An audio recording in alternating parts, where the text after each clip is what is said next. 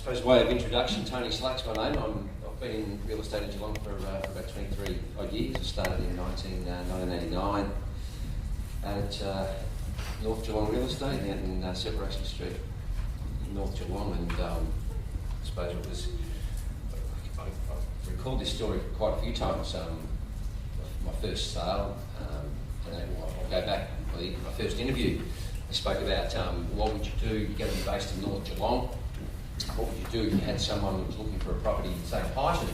Would you show them the property specifically in Hyton, or would you just concentrate on the North Geelong area where you're based? And I said,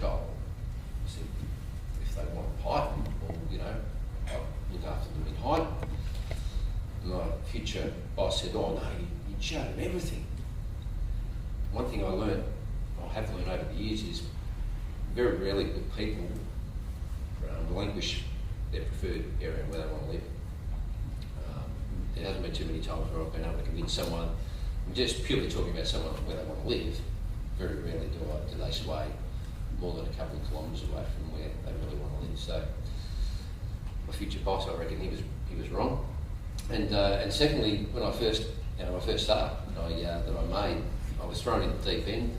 I don't know whether things have changed much for the better in that regard or not, but I always remember my boss saying, don't ever,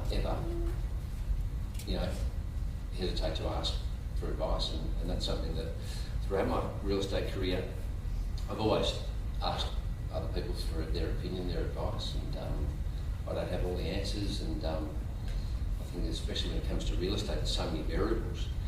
I'll touch on a few of those things tonight. But just before we get underway, Mandy made a couple of comments about property management. I'll touch on that. I've managed a couple of properties myself, my own investment properties over the years, and I learned the hard way, I suppose, with one particular property, where I did all the checks, references that I put on this particular tenant. And it turned into a nightmare, and the property was on a reasonably busy road, Warden Street, Geelong West, and I drove past there one day, and there was a caravan in the front yard. Most of the garden had been removed, the front, the trees knocked down, half the fence was lying inside where it was, been knocked down while they got the caravan in. Ends up, there was about 3 or 4 blokes living there. She told me she had 2 kids. She ended up having 5 kids, and it was just a debacle. So I was managing that myself, and I learned a valuable lesson. And it's not, while things are going along all right, you can manage your own property, and while rent's coming in, everything's good. But where a good property manager is worth their salt is when things go wrong. And I was pretty fortunate that I went to who I felt was probably the best property manager in Geelong at the time. I'd never used him before, but he was fantastic.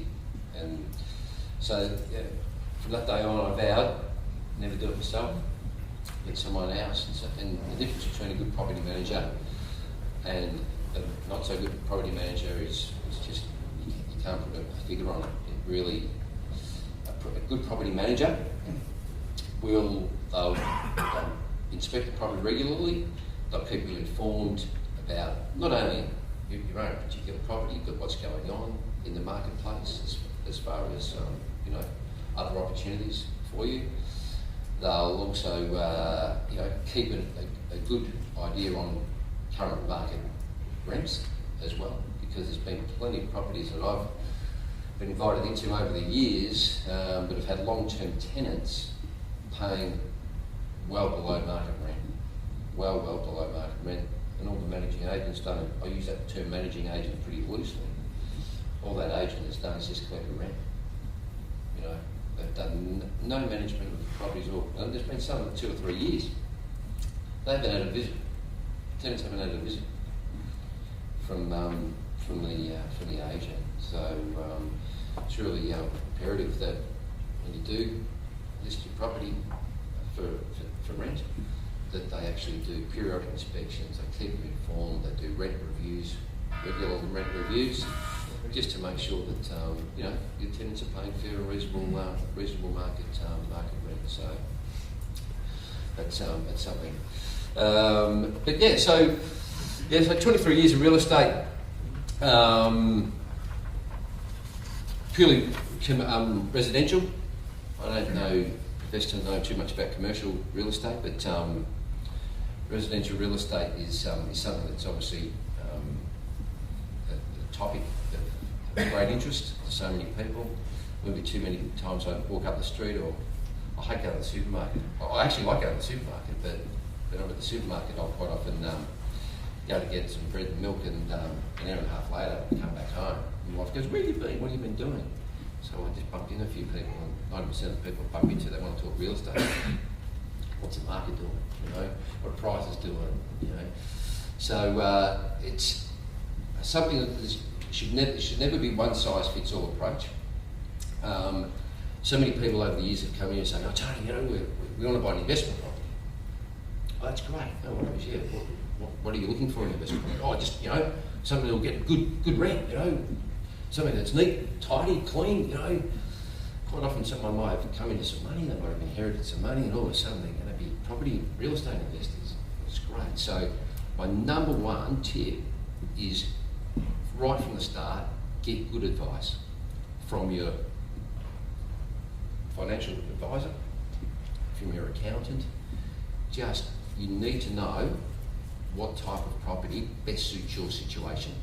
Because real estate comes in all different shapes, sizes, from one-bedroom flats, and I'll talk about different investors that I've met over the years. They've all been successful, but they've all had, you know, a specific, this is my plan.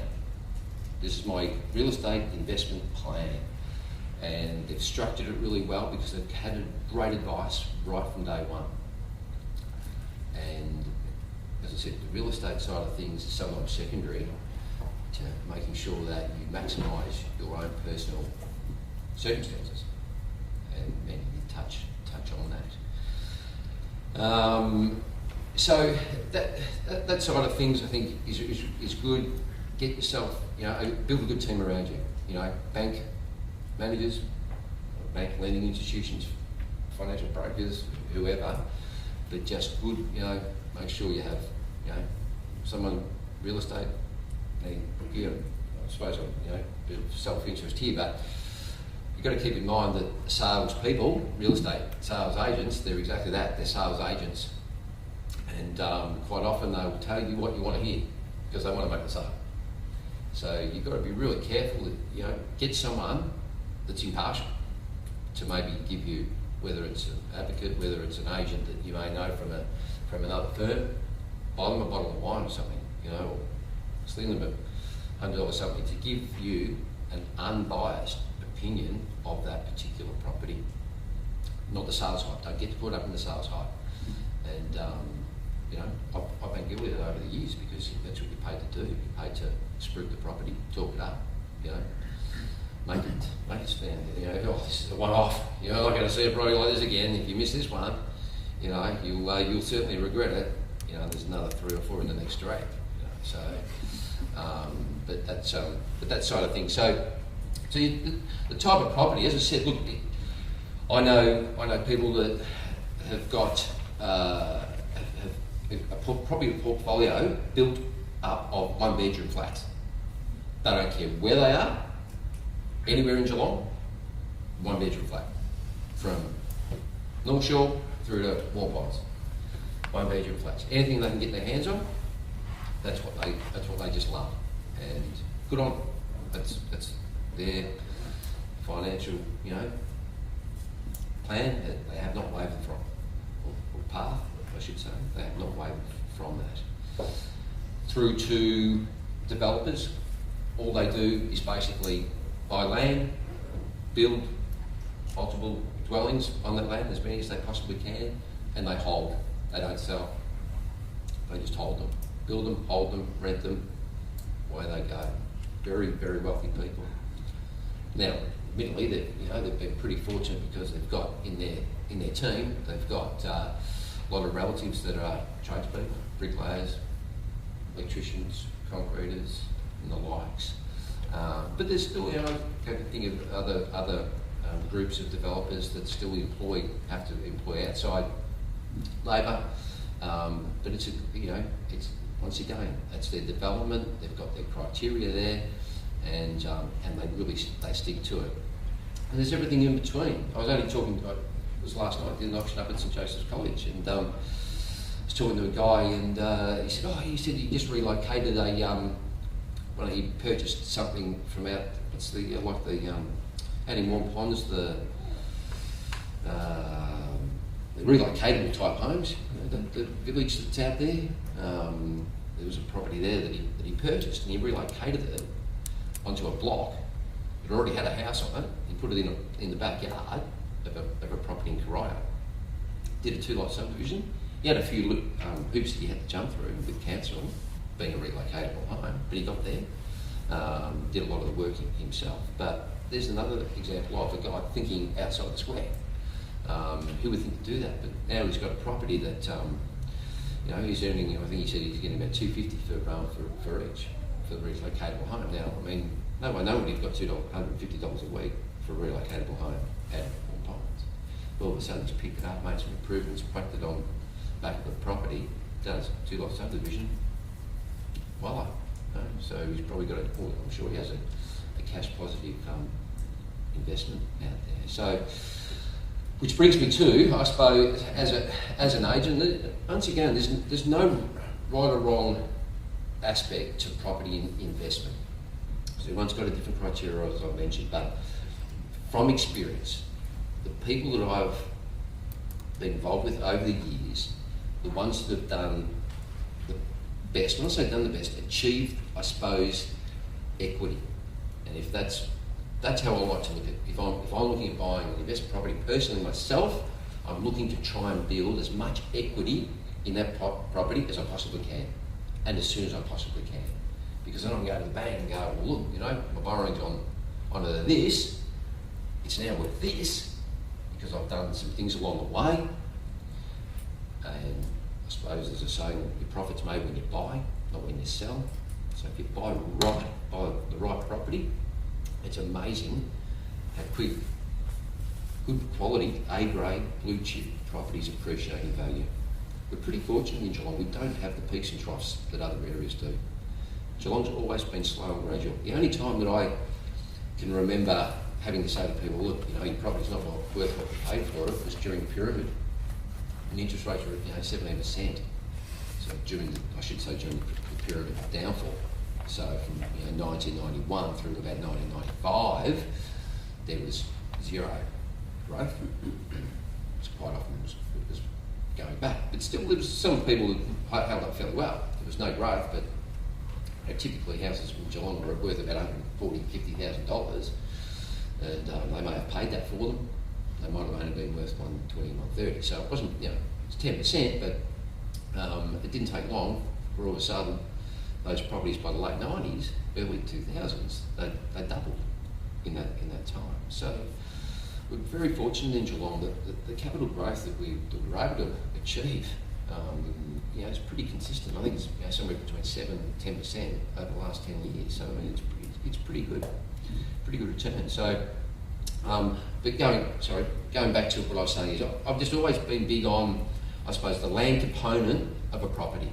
Now, while, as I said about my mate who just buys 1-bedroom flats, that's great. If he wants to do that, good on him. But I try and look at buying, the advice I give the people is they come to me and say, look, this is what criteria, how can we maximise our investment? How can we get the greatest accelerated growth as we possibly can? I always say buy as much land as you can. And by as much land as you can, I don't mean go out to Stiglitz and buy 100 acres. Buy as much land as you can within the closest part of town, because that's the most valuable land. Further on you go out, per square metre, it gets cheaper. As you're coming in, it's more expensive per square metre. So as much land as you can possibly buy, as close as you possibly can to town, it's going to appreciate at a greater rate. You can do more with it. You can carve it up. So many things you do. still, it surprised me, a lot of people aren't clinging on to the fact that there's so many properties that are on the old quarter acre. Quite often the houses are situated right at the front. They've got these massive backyards, and while developers like to come in and just knock the house down and put 6 or whatever townhouses up, there's still plenty of opportunities, even something on a 600 square metre, 700 square metre block, to build something in the back. Good homes built in the 1940s, 1950s, 60s, good brick houses, solid as the day they were built quite often. Retain that home, build something in the back, you're getting the land for nothing, pretty much. So those type of, I believe, those type of properties, well built, well located, close to all your services, I think they certainly have got the potential to add equity into it.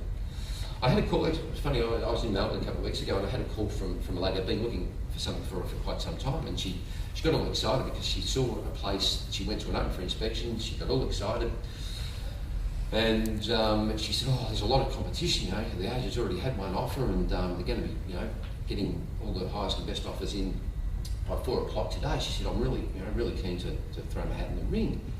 She told me what sort of property it was, a very nondescript type place, and she told me the price, and I said, look, what's the attraction of it? And she said to me, it just reminds me of a house I grew up in. I've gone, what? She said, it's just nice, it's neat, tidy, it's got a really nice feel about it. Anyway, I know her pretty well, and I said, don't be stupid. What are you thinking? And I said, that type of property, I said, your growth's going to be negligible. I said, what's a kitchen bathroom? Oh, they're all right, they'll be fine for another few years. I said, but can you add some value to it? Well, no, probably not really. You could paint it. Anything else you could do? No. So you've got to keep in mind the land appreciates, the property, the house, the building, dwelling, that depreciates. And there has been many times over the years where people, for that reason, where they've gone in, they've been mainly, emotionally involved or attached to a particular property, and I've heard people say to me, I'd never buy an investment property that I wouldn't live in myself. I don't subscribe to that theory. I don't. I'm sorry, but I don't. You want your investment, you want to look after your tenants, don't get me wrong, okay? But buy something what the tenant wants, not what you want. What's the tenant looking for? Quite often a tenant doesn't care whether you're in the best street in a suburb or whether you're 200 metres down further. What's 200 metres? But sometimes in real estate, there could be 20% difference in price. They're not going to pay you. Tenants are going to pay you a premium because you live in the best street and your property's worth a lot more money. And that's another interesting thing as well that I see over the years is your return that you get from, say, $250,000 property and a $350,000 property, your weekly rent, it's not that much difference. So that's another thing you might want to consider. I think all people looking at buying real estate is, once again, keeps coming back to what you get out of the property, but sometimes you don't have to spend a lot of money to get a really good return. But be careful, because there's been some examples I've seen over the years of distorted rents, where you see the property, no doubt we all have, 12% return, like fantastic, how good's this? But that might not be a true indication as to what it might be returning now. But that tenant leaves, guess what? The real return in the market may be 7 or 8%. So it's sometimes you can fall into that trap of seeing something advertised, and the tenant's got 6 months left of the lease. How good is this? Great, what a great return. 6 months later, the tenant leaves, and you've got to make a property, and you're trying to get that return again, and tenants just looking at it and going, I'm not paying for that place. So that's another thing that you want to keep in mind. So just going back to, as I said about this lady that ran me, and she was quite adamant that she wanted to buy it, and because it was really felt nice, it was a lovely looking home. Once again, just my opinions of, you should always look at ways of improving the value of the property. And I know someone asked about you before about, should you spend money on bathroom and kitchens? As long as it's neat and tidy, like what your tenants there. Like you look after your tenant, you want your tenant to be comfortable. So I'm not saying that, buy absolute crap box, put someone in there and care about it and kick them out and come in and spend heaps of money and new kitchen, bathroom, all the rest of it, and then go and put it on the market and sell it. But just something that you can add value, whether the tenant's there while they're there or in 10 years' time. If there's something that you can do. A weatherboard home is a big difference. There's a lot more flexibility you can do with a weatherboard home than a brick home. But a weatherboard home is going to cost more money to maintain over that 10-year period. So, on units, that's right. We're going to touch on units too. I know units are very, very popular for investors purely because of the maintenance aspect of units. Now, once again, there's no right or wrong. Some of the units, as far as locations go, you look around, a lot of the units are in prime locations because they're close to shops and services, schools quite often. So they really, really are. But quite often you might be governed by what you can do with body corporates, but also other tenants in those dwellings. And I've seen, unfortunately, some units and you can't determine who buys or who occupies the other properties within the complex. And so you do have to go into, especially if there is, 4 or 5 or 6 units on an allotment. You've got to be very, very careful with who owns the other units in the complex. Now, I'm not saying, public housing, nothing wrong, but people have been caught before. They didn't do some research into who the other owners were, more particularly who the other tenants were, and so that can have an impact on your investment. When it comes time to sell, the potential buyer might go and do a bit more due diligence than perhaps what you did at that time, and then go, okay, we're not touching that. That's part of that complex. So it's just a little tip there. So and there's once again, you're only really relying on your capital growth of the unit. You can paint it, carpet, titillate it, but there's probably not a lot you really can do to add some serious value like you can with a freestanding home. And I know I just keep coming back to adding value, but I've just seen some people make. Here's an example of a guy that I just helped sell, relocating back to Wangaratta. No one's bought a property at 4 Scenic Road in Highton, have they, recently? No, that's good. So Trevor came to me and he said, look, Tony, he said, sell, we've got to go, we're off, we're away. He said, I don't want to do too much at all, selling as is. So I came up and I said, look, Trevor, it's going to cost you, this is just my $5,000. $5,000 just to do the work that needs to be done here. And mate, I reckon you'll get $5,000 on top straight away, maybe even more. You might get $2 for every dollar you spend. And he goes, I just don't really have the time or inclination to do it. I said, have you got the money to do it? He said, I've got the money to do it. He said, well, I just don't have the time or inclination. I said, mate, I'll help you. I'll put you in touch with some guys who can do this for you, probably got some cash, but it'll be money well spent. It didn't cost him $5,000, it cost him $3,500. Now we had property appraised by 3 agents, they all came through. And they were fairly unanimous. They said, yeah, look, spend that money, definitely help you. Now, here was an example of, I went to the first open for inspection, he did the work, and the return that he got for the outlay of what he probably could have got, but what probably most thing that stood out to me during the open for inspection that I went to was everyone was commenting on the presentation, how good the presentation was. 4 weeks, 5 weeks previously, the presentation was crap. So there's an example of, and he had competition, and it sold for a price that was at the very, very top end.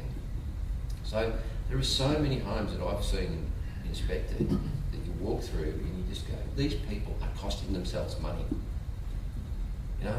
Weeks up here, just empty as well. That's the worst thing. I mean, nothing worse than walking into an empty home. I've sold plenty of homes to people before, and just the presentation's 10 out of 10. They've staged it so well. There's been a massive premium paid for their presentation. Comes final inspection, the day or two before the purchasers hand over their hard-earned, and the owners have moved out. They walk in, and it's empty, and they're gone. You see the blood drain from their face. They go, "Is this the same house we bought 6 weeks ago?" You go, "Yep, that's it, isn't it? Looks a bit different now, doesn't it?" "Oh, gee, I wish we had bought some of their furniture in it." Sure, the furniture made a little bit of difference, but it's just creating that environment and impression. So, as investors, hey, go and buy an empty home. It looks crap, That's what you do. But when the time comes to sell it, have it, looking schmidt. Because once again, it's funny how people, they can't see the forest for the trees, and that's something that we just see a fair bit of time. So look, I'm just touching. I like people asking me questions. Honestly, if anyone's got something they want to know, just anything. It doesn't have to be specifically about investing, but just before I do, look, there's been so many people I've been involved with over the years that are like each and every one of you in the room tonight. That just hard-working, honest people. You don't have to be necessarily wealthy to enter into real estate investment. That's something that I've seen plenty of times before. Where young couples, they've bought their first home, they saved hard, bought their first home, been able to, build a little bit of equity in it, and they've just gone, hey, look, it might be time we, look at an investment type property. But as I said, everyone's got a different criteria. I'm never going to tell anyone what they should or shouldn't buy. It's all about, I suppose, maximising your hard-earned. Trying to have a goal of saying, all right, if we buy today, we'd like to think, 10-15% growth is going to be achievable on our investment. The returns certainly that you get along the way, the serviceability of the loan, that's critical. But once again, I don't believe you should be too swayed by the return. You'll get a good return. Good in properties, priced well located, neat, tidy. They'll always have a healthy return. As keep in mind, you don't have to spend an extra 100,000 because sometimes you might only get $20 a week extra in your rent. So there's a lady before you, Jeff, at the back, and please just wait your turn. Thank you very much. What are your thoughts on subdividing, and do you have any advice on where the first point to start in doing something like that? Yep.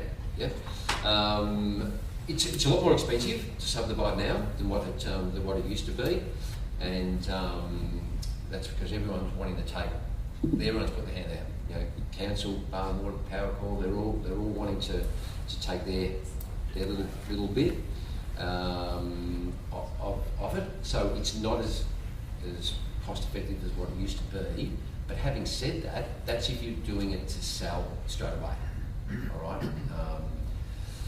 Because people will build that in, because there's always the end price that the consumer's paying for it. So they'll always take that on. That's why you see, some of these new dwellings, and you just go, I can't see the value in it. I can't, $600,000 for a townhome. I'm going, I know what it would cost them to put it there, even with all the costs associated to it. But they're trying to make their 20+% profit at the end. So I think subdividing is the way to go. Like I've done it personally myself. I've been in consortiums, and as I said, the land component is that's where all your value is, and the more you can carve it up and so forth. I think especially in areas that high demand areas for not only high demand areas. You look at the university estate out in Warm Ponds is a really good, I should say, is a good example, I suppose, of an area that the was built predominantly for new families, and I know selling a lot of places to families. I remember when I think Curly's had all the land there originally, Curly real estate agent, and they sold out to Maxwell Collins, and they were selling all the land, like all the families. You'd see them lining up there, Now that's changed. That demographic has changed out there now. All the investors have come in because of the university students, the demand for university students out there. So I know I've got off the track a little bit with subdivisions, but now we've seen multi-dwelling allotments out there being carved up. I think there's been some marketing of a 60-unit project, I think, out there that's been gone through town planning and everything like that. So, I mean, that was on a 1,000-odd square metre block, and it's been carved up. And I don't really hear any stories. Does anyone know the one I'm talking about? The development that I think they've sold over 50% of it or something like that. So there's an example of who would have ever thought that you'd be able to go out and do something like that. So there's something I've learned that too. While you might not be able to get something through today, you might not want to. You look at heritage overlays and all those type of things, encumbrances that affect what you can do, and how many allotments you can carve up, how many dwellings you can get on a certain. While it might not be viable or feasible today, who knows what happens in the future? Because obviously council have gone out there and say, look at the massive demand we've got for student accommodation out here. So the demographic, huge shift out there from 6 or 7 years ago when it was predominantly families. That's now 80%, 89% families 5 or 6 years ago. I reckon it's probably 60-40 now. 60% tenants, student housing, and there's been a lot of purpose-built student accommodation housing out there too, 8-bedroom places. So subdivision, I've seen plenty of people do really well out of subdividing, and Jeff. Yeah, so just following on that from that, Tony, that 600 metre square block, 700, where do you think sort of the best areas are in Geelong outside of the university estate, the sort of older areas? Yeah. I've been a big fan of Belmont. I reckon Belmont has been one of the most underestimated, undervalued suburbs in Geelong. But you see the growth there compared to other areas. Look, Geelong West, I spent 7 years in Geelong West during the 1990s, and I saw double, 100% growth in that time that I was there. And it used to just, it still does puzzle me when I see some of the prices paid for 350, 450 square metre properties, or sometimes with no off-street car parking or very limited off-street car parking. And I see those prices, and then I look at, Belmont and so forth. You can buy twice the house. I don't believe Geelong West is twice the suburb. That's a great spot, don't get me wrong. But I don't believe that it's twice the suburb as the area like Belmont is. You've got High Street. You only need to, as an investor, this is another little thing you might want to keep in mind. High Street Belmont, once again, it's any area that has got your major national tenants. So you've got all your fast food outlets there. You've got your Dan Murphy's. You've got your Kmart's. You've got your Coles. You've got all those majors, your national chains I'm talking about. If you're looking at, it's got one of the highest square metre rates in retail. Like it's on a par with your Pakenham Streets and your CBD parts of town. So when you look at what that strip has got to offer, and you look at house prices within Cooey of High Street, I reckon it's out of kilter. It still puzzles me why Belmont, for some reason, has not gone ahead at a greater rate. So that's an area that I reckon you get a lot of bang for your buck, yeah. Yes, sir. Tony, where's your first port of call if you have a property like that you do want to subdivide? Yep. How do you go about cancel? You could probably go to like your surveyor, like your who I used with Tom's Gibbs McGrath, are they still right? TGM, yeah. Grant and Quinton, yeah, I've used Grant a couple of times. But you could probably go. I go to both. I go to both first. I go to council and say, look, this is what I'm thinking of doing. See what sort of hearing you get from them. Unfortunately, is anyone from council in the room? One of the most common things I hear back from, and I do a lot of work with a lot of builders over the years, builders, developers, that do work in Geelong and do work outside Geelong. They've always said, Geelong Council, look at reasons why you can't do something. They'll look at something and go, oh, no, I don't know about that. Whereas other municipalities, councils, apparently, I'm told, well, they go, yeah, that doesn't seem a bad idea. We'll leave it with us and we'll let you know our thoughts. And so I'd be going to that first, but not taking what they say as in concrete. And you go to someone like Grant and Quinton and say, spoke to council, ran that past them, here we go. And also too, I suppose, if you are looking at doing building and so forth, speak to your building designers. A lot of your really good building designers now, they know all the codes, they know what you can do, they know the areas where there's overlays, setbacks, those type of things. So, but yeah, first protocol your surveyors, because they're going to know your sizes as well. They're going to go, yeah, look here, you can do that. That's feasible. You need to be X amount back from that boundary. They'll know all that. They'll speak the language. So yeah. But then good building designers. I can't emphasise enough. It's a good point you made too. It's actually reminded me of something.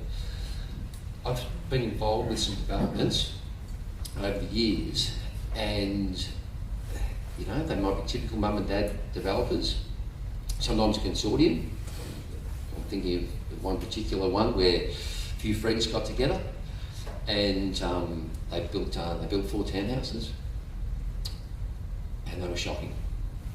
They were absolutely shocking, and they cost themselves money. And there's another one I'm thinking of too. And he unfortunately lost everything. And I don't know whether I should. So why do you? I don't know. Why do you I just think. Look, I touched on this right from the start too. That I've always asked advice of people, and look, it'd be unfair of me if it's in Garden Street in East Geelong. It's a few years ago now. Now, this particular guy paid a premium price for the land. But I said, do the right thing on it. You'll come out okay. Great spot, AAA location, really, really good. And that was the last I heard of him. And the bank sold the half-finished development. Well, I think it wasn't even half finished, but the front one was and a couple of the backs weren't. And so there was an example of someone who did not ask for advice. Talk about tenants, what sort of properties or tenants are in demand here, same sort of thing. You should have gone and spoken to, the building designers, real estate agents, survey the market as to what the market, I'm going to build these to sell. What does the market want? Not what he wants and what he thinks is good and what he'd like to live in himself and what he thought would be really good. And maybe he was thinking too much like a builder as well. Oh, I could probably, build that style a little bit less than I could build this style. Probably thinking about his margin all the time. No good work trying to build in a 20-30% margin if the market thinks you're 20-30% too ambitious with your expectations on what you want to get for it. So, he unfortunately learned a really hard lesson. And he went through several agents trying to sell that. They were marketed from day one. The market just said, these are all wrong. Aesthetically, internally, just mucked up a really good site, mucked up a really, really good piece of land. So once again, and that's what I thought of this other group of guys that I knew that they just didn't do it well. So I just think, go to the experts. If you have to pay some, to get advice, it's well worth it, because as I said, a lot cheaper than learning the hard way. Much cheaper paying for good advice than learning the hard way yourself. And I suppose you could attribute that to a lot of things in life, but the real estate, you don't get many opportunities once it's there and built and erected, and a bit hard to change, a bit hard to knock the ball out and start again. But anyway, so any other questions? Yes, sir. Just one. What do you think of the property values in Geelong Central? Geelong Central, I reckon the apartments have surprised me how well they've gone, price wise. Look, a lot of people, I thought, at the start we were all saying, gee, a lot of money. But once again, but you look at who's occupied a lot of those places. They've been fairly well heeled, so they haven't probably been too influenced by what the market says. And look, I'm great. Once again, investment, I don't think there's a lot of people doing really well investment-wise out of them, but I think it's been more owner-occupiers. I know there's a lot of people living there as owner-occupiers. I think that, people find out about the on costs of those type of apartments, CBD, with all your body corporate expenses. I think they're pretty. What's your opinion of buying off the plan?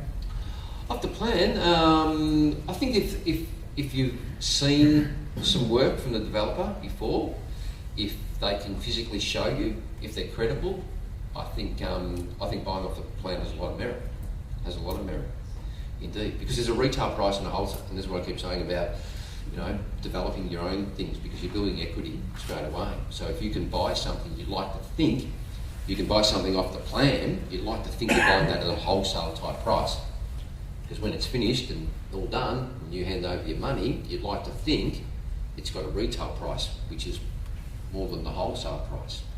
So, but you have to be careful, because quite often you go into thinking, look, this looks good on paper, and but when it's all finished and done, I didn't know, didn't know the kitchen was going to be from IKEA. Not that there's anything wrong with IKEA, but the quality of the fittings, I'm really disappointed, and so and those sort of things really make a difference, because a quality kitchen can last 25 years. A cheap nasty kitchen, you might only get 5 years out. But the reason I asked that was on the Peter Switzer program on Foxtel. Yep. He interviewed two of the top property people in the country, two female, and they thought with Damien to buy off the plan. He said the glossy magazines you get and the contracts, that you have to understand the contracts, the legal part of the contract. Could I ask, were they talking more particularly about those type of developments, waterfront, multi? More so, I think, more so land development type things, where they give you the glossy magazine, we're going to put the rivers there, or we're going to have all those type of, And sometimes it doesn't always happen. And sometimes you may pay more for it before you start than when it's finished. Yeah. Once again, good investors I've been involved with, done well out of real estate, have taken a calculated risk. Sometimes it's like anything, isn't it? Sometimes the greater the risk, the greater the return. Sometimes. So I just, once again, on its merits, I've sold things off the plan before that I wished I had not sold myself off the plan. Yeah.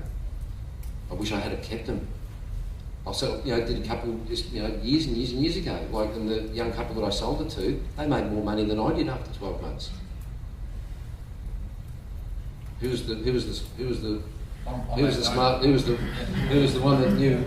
So to answer your question, I just think that it's horses for courses where they are off the plan. If a good reputable builder came along and said, look, I need some, the banks, told me that I need to get a couple of these locked away before I can go ahead. My exposure's a little bit the pointy end. can you help me out getting a couple of these under contract? I have no hesitation recommending them if I know that they're good stuff, because for that reason, the wholesale, you'd like to think you're buying something at a wholesale price. Speaking of which, you're getting good advice, that's why you're here. So, from an advocate point of view, we certainly want you to use Tony's services. So, you've had plenty of experience, so we certainly encourage you to use that as well. Just give us a bit of a rundown on your business, just quickly, as to how you can help. Well, obviously something fairly new. I sort of. There was one guy a few years ago who started doing it, still doing it in Geelong, and it was a little bit new to me, but I don't know him. But some of the things that I saw that he was doing, and I was involved in one particular, well, actually never eventuated, because I believe that he cost his client the property, because he was probably just trying to be too clever. And but basically what advocacy work is that you're independent. You don't have a vested interest in either the property you're selling. From a buyer's point of view, I'll tell you how it is. I never tell you. I do a lot of work with particularly young first home buyers. They tend to make up a lot of my buyer advocacy type work, and maybe, just maybe, I think maybe because the older generation think they know it all. They don't need, I bought a property before. I know what to do. Not that hard. You've got to remember that the agent you're buying off, they're employed by the owner to give them the very, very best price. And having spent 23 years as a real estate salesperson, you've got to do everything you possibly can to get the very best dollar out of the buyer. So there's no one there looking after the buyer. And you've got to be really careful these days. You just don't know, is it factual what this agent's telling you? Oh, there's other offers, we've had other offers. Okay. Most people don't know what they need to do to make sure that that's actually correct. All right, have you? All right, well, how about I'll come to the office and you can bring the owners in tomorrow night and all the other buyers will come in as well. How about that, Jeff? Will that suit? 7 o'clock tomorrow night, we'll come in. I don't know if I can do that. I've got tennis tomorrow night. I can't do that. The vendors, they work in Melbourne, they don't get home until late. So you have to give me off an hour. So just, so young couples, especially at the moment, and if they're looking, which they are, 90% of them looking to buy their own home to live in, I'll never tell them what they should or shouldn't pay. I can give them bricks and mortar, this is, based on the other sales in the area, but you have to keep in mind that, hey, I've paid premium price for property myself before, because that's where I saw the value. I could have gone and run anywhere with my valuer mates who would have given me a sworn valuation and told me, what the, if they had to stand up in court and defend the price of the property, here's the valuation. Sure, I could have got them to do that. Could have run any of my real estate mates to say, look, what you get for the one next door or down the road or whatever, and give me a guide. But ultimately, at the end of the day, if you can afford it, and it's what you want, and it serves your purposes, and you see yourself living there with your family and having many, many years, it's not up to me or anyone else, for that matter, to tell you what you should pay for the property. My job is to try and get it for as cheap as I can. So if you tell me you're happy to pay $580 for it, all right, no worries. Well, hopefully we won't have to go to $580, but we'll do everything we possibly can to get it as cheaply as we possibly can. And 99% of the times we do, for that very reason. So the buyer advocacy side of things is still a little bit slow. About 70% of my work is with, I'll just say too on investors as well. I always make sure that I give you my thoughts on what's A, B, C class investment, and the same applies. I'll try and get you for the best possible price I can, and I'll say to you, look, I think that's probably our upper limit. It's no different, an investor going to an auction and saying, well, look, we ended up paying X amount for it because there was a few other people bidding. Well, you might have been bidding against someone that, you know, had to live there because their kids were going to school for the next 10, 15 years around the corner, and you've just paid a premium because you were competing with someone that was buying it for totally opposite reasons why you were buying it. And you've woken up the next morning, you've gone, what the hell have I done? You know? No way, no one would we have paid that price if it was just private sale and we saw it on Friday afternoon. But we got caught up in it. You know, we went to the auction and we just really liked it, and, you know, so you just, yeah, you've got to separate emotion, living in your own home, buying it for your own home, for your own purposes, whatever. Yeah, hey, go ahead, knock yourself out, pay whatever you can afford. When it comes to investing, your head, not your heart. Leave your emotions in the car and just make sure that you just stick to your guns when it comes to property investment. Don't, as I said, that's right from the outset. Get people to be impartial to give you advice. Not your brother, sister, or your uncle who, you know, he's done a few, you know, renos over the years or whatever. Professionals that are doing it day in, day out, that earn their living, because they're no good, they'd be out of business. So they must be doing something right for their clients. So, good note to finish up on. Yeah, it is. Sorry, there's someone. I see a hand up. Go on. No? We've got to keep moving. Yeah.